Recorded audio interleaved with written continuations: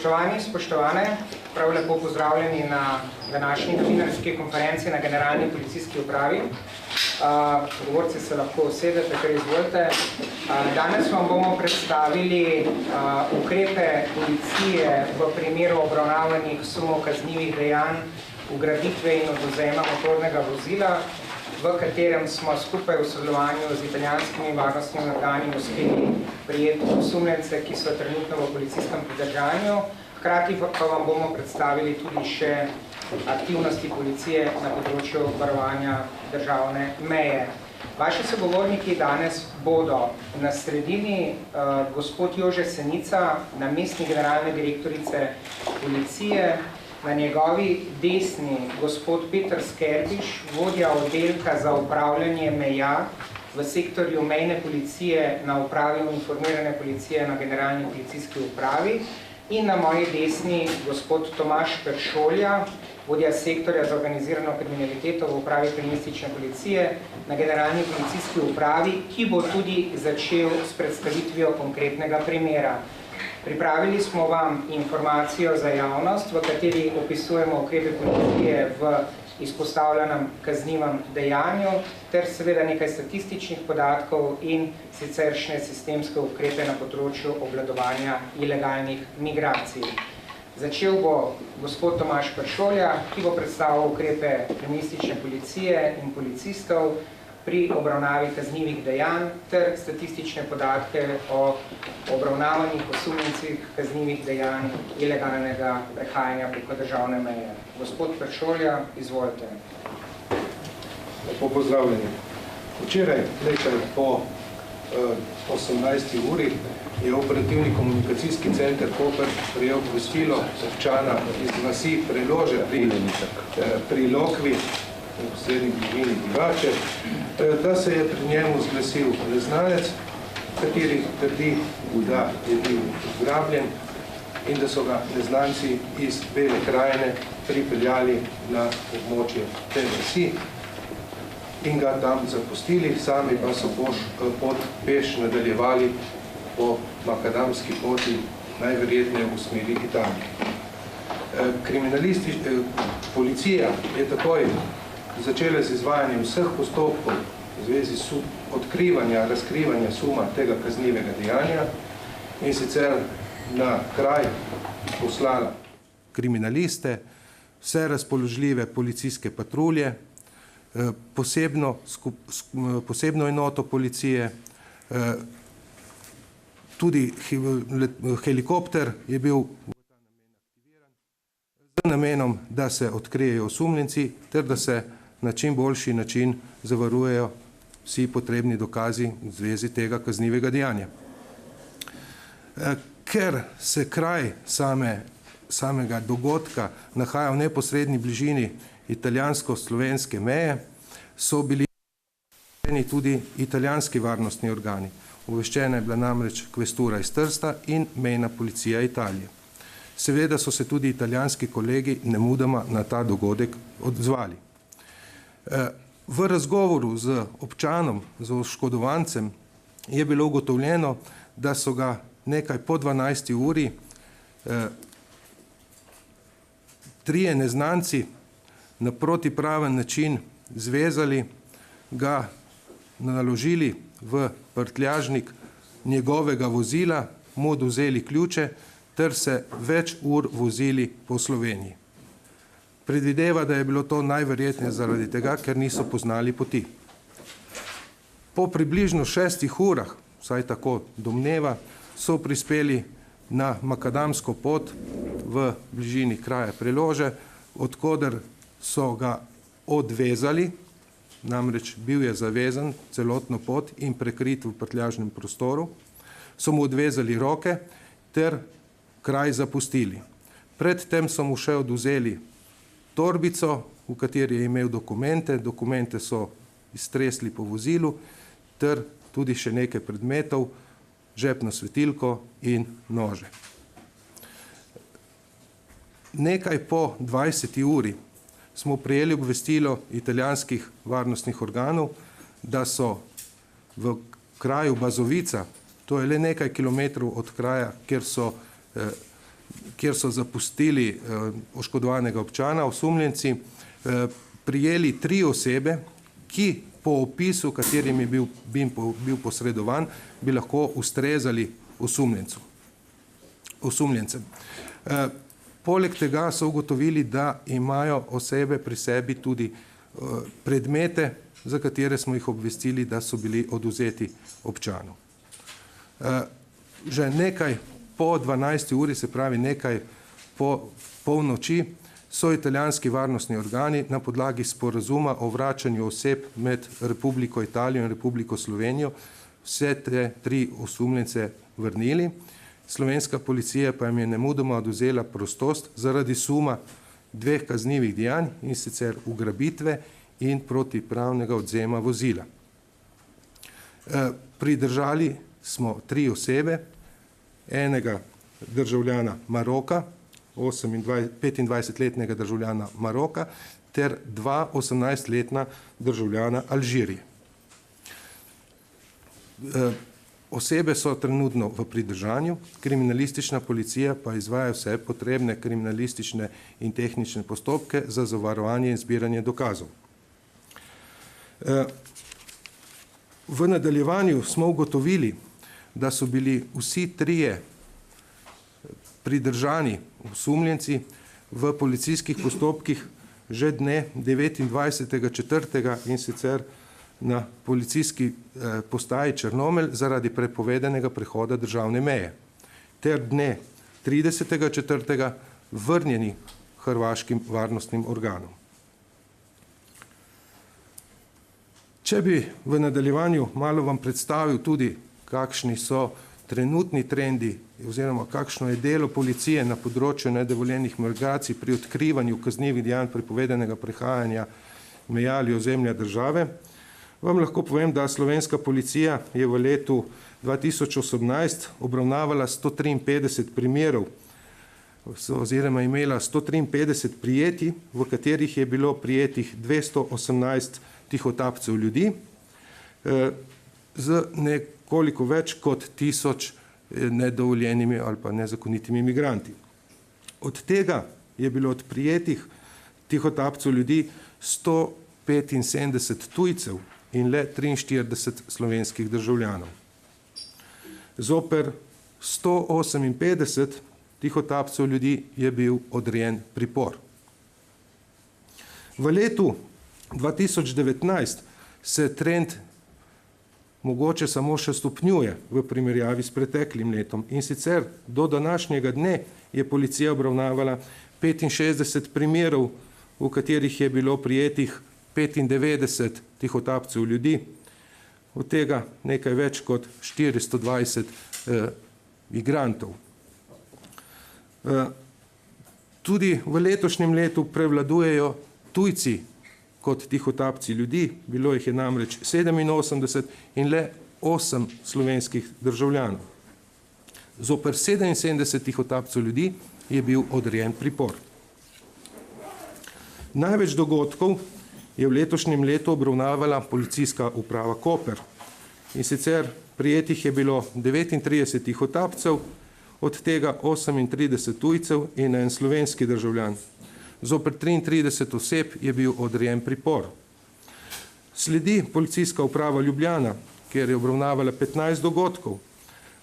Prijetih je bilo 24 tihotapcev ljudi, od tega 21 tujcev in 3 slovenski državljani. Zoper 20 oseb je bil odrejen pripor.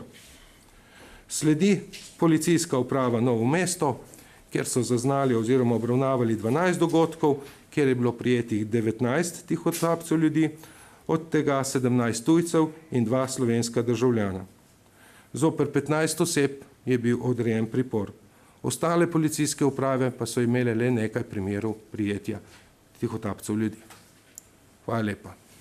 Hvala lepa. Nadaljeval bo gospod Peter Skerbiš, vodja oddelka za upravljanje meja, ki bo spregovoril o ukrepih policije na področju preprečevanja ilegalnih migracij in zlorab postopkov mednarodne zaščite. Gospod Skerbiš, izvolite.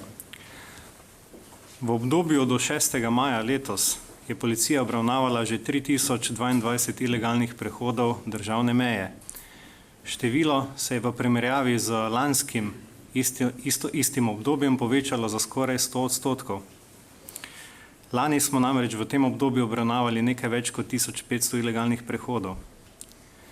Najpogosteje obravnavana državljanstva oseb, ki ilegalno prestopijo mejo, so državljani Alžirije, Pakistana in Maroka. Državljani Alžirije zavzemajo delež skoraj četrtine vseh ilegalnih migrantov. Najbolj obremenjene policijske uprave z ilegalnimi prehodi so policijska uprava Novo mesto, Ljubljana in Koper. V policiji že dlje časa zaznavamo zlorabe postopkov mednarodne zaščite. Tako smo lani obravnavali 1362 izraženih namer podaje prošnje za mednarodno zaščito. Lani smo jih obravnavali 1201. Resen problem pri obravnavi nedovoljenih migracij policistom povzročajo migranti, ki zlorabljajo postopek mednarodne zaščite. Zloraba sistema se kaže v velikem razkoraku med številom izraženih namer in dejansko podanimi prošnjami za mednarodno zaščito. Če pogledamo podatke za lansko leto, ugotovimo, da smo obravnavali 4265 izraženih namer, dejansko pa jih je prošnjo za mednarodno zaščito kasneje podalo zgolj 2875. Zaradi tega bi bilo potrebno spremeniti zakonodajo o mednarodni zaščiti in uvesti varovalke, ki bodo preprečevale tovrstne zlorabe. Sedanji sistem primi in spusti, ko nezakoniti migranti vedo, da se bodo lahko prosto gibali, če bodo zaprosili za mednarodno zaščito, pomeni izključno dejavnik potega, zaradi česar zmanjšanja števila nezakonitih migrantov kratkoročno ni pričakovati. Na področju sporazumov o ponovnem sprejemu lahko povemo, da smo od sosednjih varnostnih organov v letošnjem letu sprejeli 221 oseb. Med sprejetimi tujci pa je razmeroma veliko tistih, ki so zlorabili slovenski sistem mednarodne zaščite in Slovenijo zapustili še pred koncem postopka. Sosednjim varnostnim organom smo izročili 2046 tujcev, kar pomeni, da je bila velika večina tujcev vrnjena Hrvaški, a s Hrvaško vračanje trenutno poteka brez večjih težav. Med izročenimi močno izstopajo državljani Pakistana in Alžirije. V javnosti se večkrat postavljajo vprašanja, če bo Slovenija za pomoč zaprosila Agencijo za Evropsko mejno in obalno stražo. Potrebno je poudariti, da je glavni namen agencije usklajevanje operativnega sodelovanja na zunanjih mejah Evropske unije in ne na šengenski meji. Aktivacija na šengenski meji bi bila mogoča zgolj v izjemnih okoliščinah, ko Slovenija ne bi mogla več obvladovati situacije povezane z ilegalnimi migracijami. Frontex ocenjuje, da slovenska policija obvladuje situacijo in da slovenska policija dela dobro. Navkljub dogodku v Beli krajini, policija situacijo obvladuje, saj do takih primerov prihaja tudi v državah, kjer prav tako ni skupnih operacij oziroma drugih operativnih aktivnosti agencije Frontex. Hvala lepa. Hvala lepa gospodu Skerbišu. Uvodne predstavitve bo sklenil namestnik generalne direktorice policije, gospod Jože Senica, ki bo spregovoril o odzivu sistema, torej odzivu policije, o sistemskih in konkretnih operativnih ukrepih policije pri obvladovanju ilegalnih migracij. Gospod Senica, izvolite.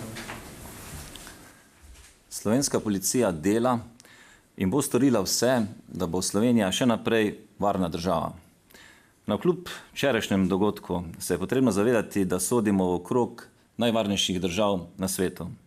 A potrebno je odkrito povedati, da ni mogoče 100% zagotoviti, da se tak dogodek ne zgodi ali da se v prihodnosti nikoli več ne bo zgodil. To velja za Slovenijo, kot tudi za druge države, ki se prav tako soočajo s podobnimi primeri.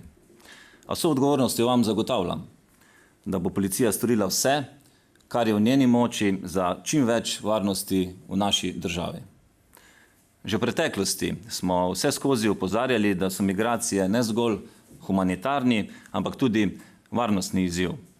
Oba vidika je potrebno enakomerno obravnavati.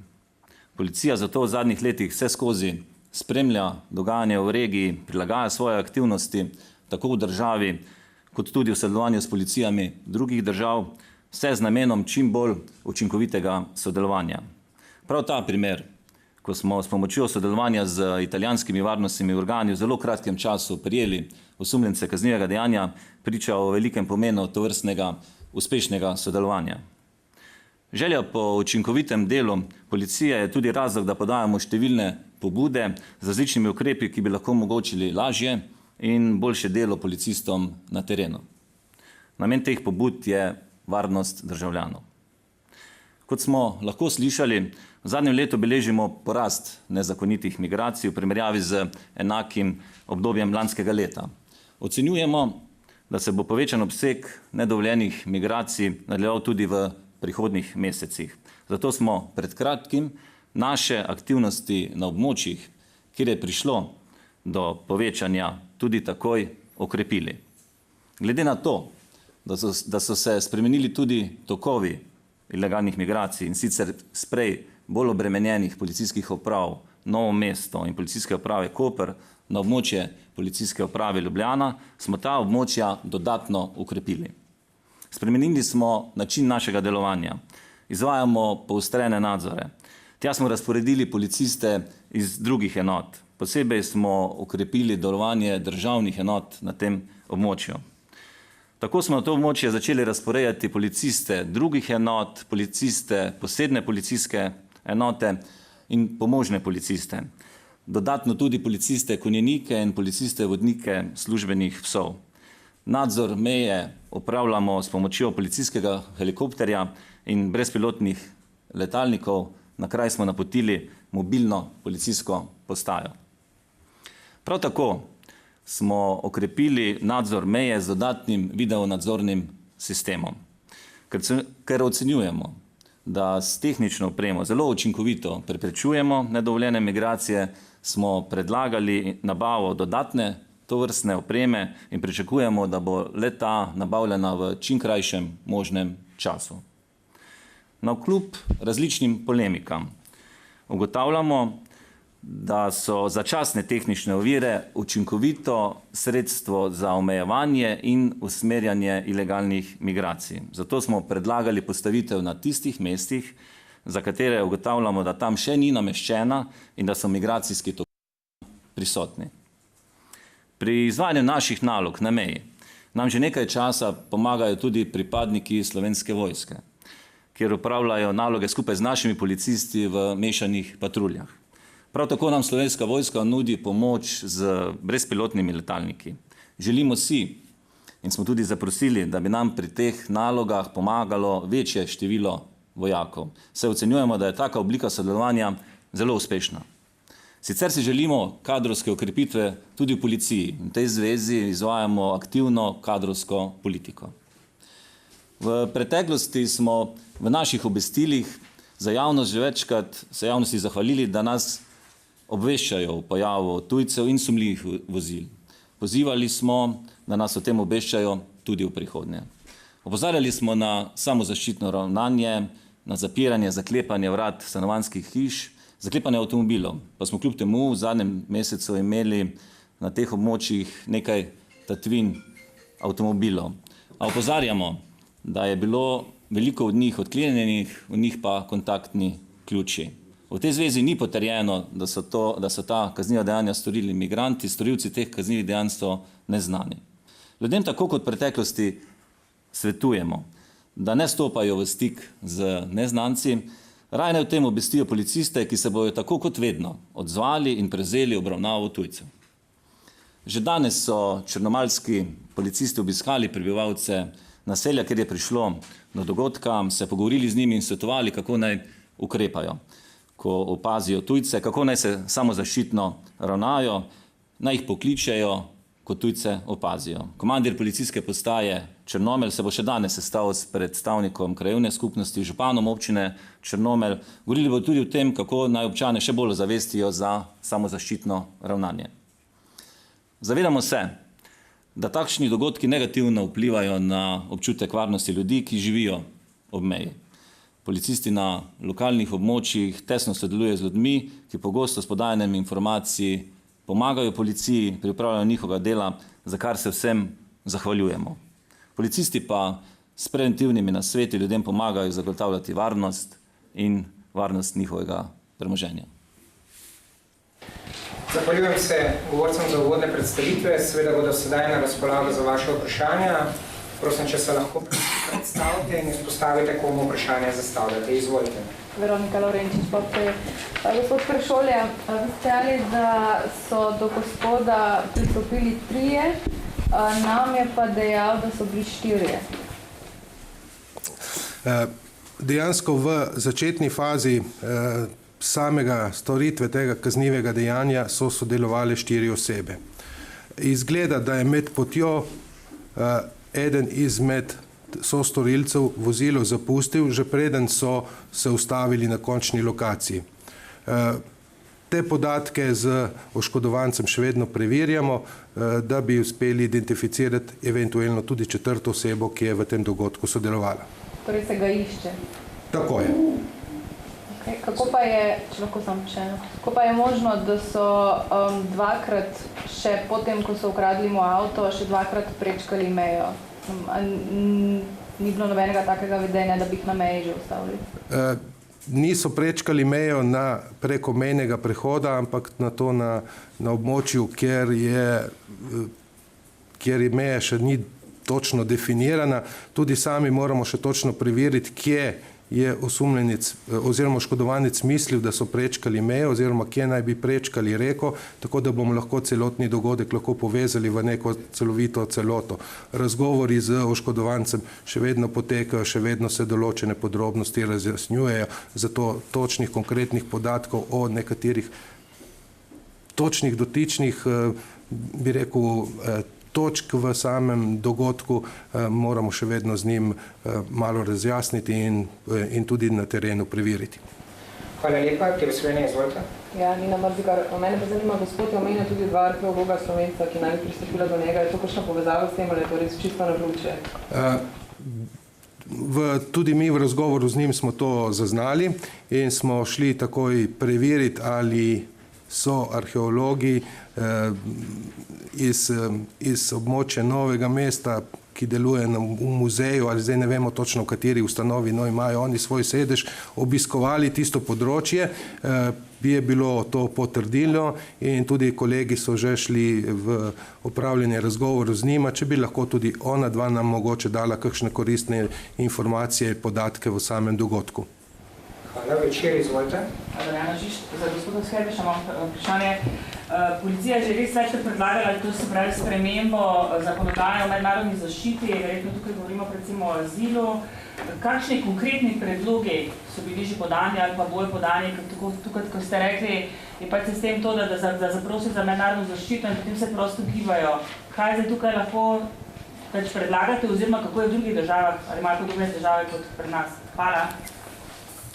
Zakonodaja, ki se nanaša na mednarodno zaščito, je neposredno vezana na EU zakonodajo. Pri tem bi bilo potrebno preučiti, katere varovalke je možno uvesti v nacionalno zakonodajo, s tem, da bi bili še vedno skladni z EU zakonodajo. Hvala. Nacionalka, izvolite. Še enkrat, Nina Mrzikar. Za gospoda Peršolja, je bil že upravljen razgovor s temi 3 osumljenci, kakšen je bil njihov namen, pač prijeti v Italijo, da so karkoli že povedali, že karkoli veste? Postopki z njimi še vedno potekajo, trenutno so v pridržanju, opravljena bojo ustrezna zaslišanja, privedeni bojo k preiskovalnemu sodniku, ko bojo opravljene se potrebne kriminalistično-tehnične preiskave oziroma v roku 48 ur, dokolikor lahko policija pridrži osumljence. Zdaj se tudi eno vprašanje gospoda Peršolja. Glede na to, da so oni že enkrat prišli v Slovenijo, pa so bili vrnjeni na Hrvaško, pa zdaj torej spet, ali se je že mogoče ugotovilo, ali so na podobnem delu zelene meje šli čez ali kje drugje kot prvič? Glede na dogodke in okoliščine kaže, da so na identičnem ali pa mogoče celo istem mestu prečkali tudi drugič državno mejo. Kar se je signal za policijo, da mogoče treba tja po kakšne enote preusmeriti gospod Sinic ali ne vem. Preusmerjamo enote, za kjer ugotavljamo, da prečkajo. Tam smo ukrepili s policisti. Hvala. Hvala lepa. Še kakšno vprašanje? To sodelovanje, Slovenija, to sodelovanje z Hrvaško, z Italijo, s sosednjimi državami, rekli ste, da so se pač vrnili, ne? So prišli sem, koliko po podatkih, ki jih imate, lahko date kakšno oceno, kolikšen delež nezakonitih prebežnikov dobite, so ta križanja, a je to, ne vem, a jih 20% vlovite, a jih 80% vlovite, kakšni so te povratni tokovi? Je to možno sploh oceniti? To ocenjujemo skozi izvajanje sporazumov o ponovnem sprejemu. Tako ugotavljamo, da nam je Italija v letošnjem letu vrnila 90 tujcev, kar je sicer več kot lani, ni pa še zaskrbljujoče. Glede na celo številko več kot 3000, ki smo jih prejeli, Avstrija 18, to je skoraj zanemarljivo, Hrvaška 13 in Madžarska 1. Se pravi, skozi izvrševanje sporazumov o ponovnem sprejemu lahko spremljamo, koliko so nam tuje države vrnile tujcev in potem ugotavljamo skladno s tem našo uspešnost. Hvala lepa. Dnevnik, izvolite. Ja, Uroš Kramberger za Dnevnik.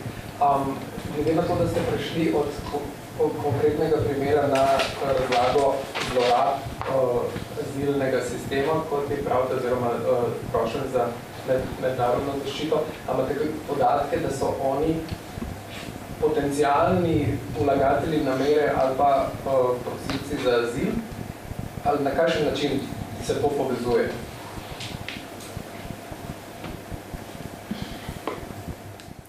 No, v tem primeru, konkretnem primeru, ne moremo govoriti, da so oni oziroma imeli namen podati prošnjo za mednarodno zaščito, ker bi drugače bi to storili že v prvem poskusu prestopa državne meje.